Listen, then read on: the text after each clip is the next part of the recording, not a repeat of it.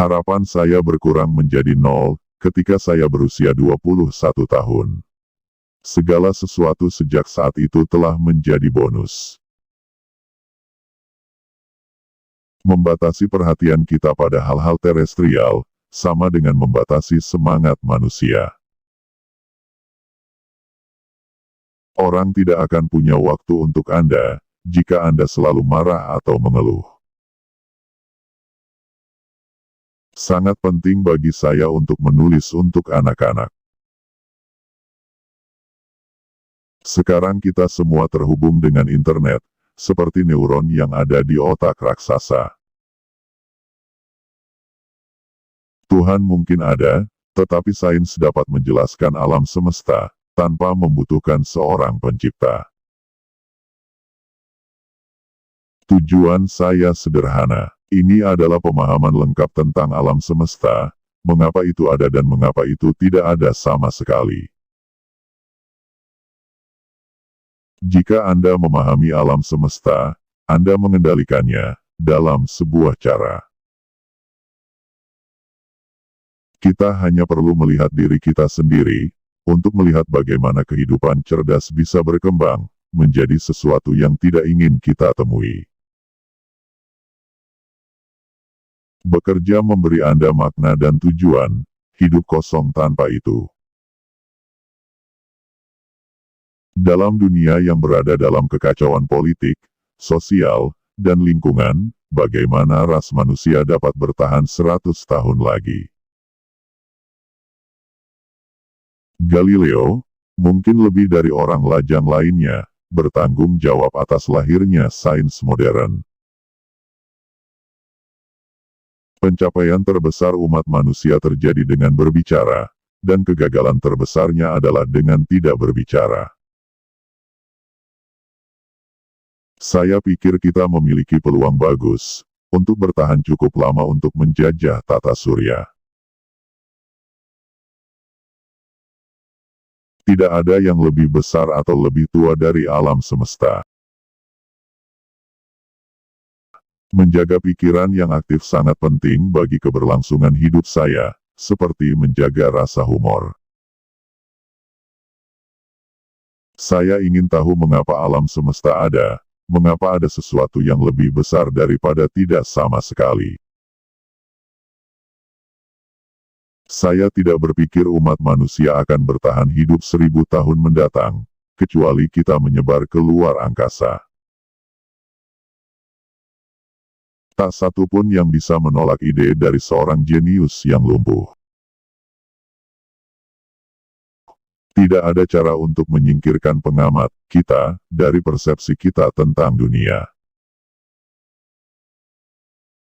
Saya tidak pernah menjadi yang terbaik di sekolah, tetapi teman-teman sekelas saya pasti telah melihat potensi dalam diri saya, karena nama panggilan saya adalah Einstein. Tidak ada lubang hitam dalam arti rezim, dari mana cahaya tidak bisa lepas hingga tak terbatas. Betapapun sulitnya kehidupan, selalu ada hal yang dapat Anda lakukan dan sukseskan. Kecerdasan adalah kemampuan untuk beradaptasi dengan perubahan. Masa lalu, seperti masa depan, tidak terbatas dan hanya ada sebagai spektrum kemungkinan. Ilmu pengetahuan dapat mengangkat orang keluar dari kemiskinan, dan menyembuhkan penyakit. Itu pada gilirannya, akan mengurangi kerusuhan sipil. Saya tidak takut mati, tapi saya tidak terburu-buru mati. Pertama, saya memiliki begitu banyak keinginan yang ingin saya lakukan. Saya memiliki begitu banyak yang ingin saya lakukan. Saya benci membuang-buang waktu.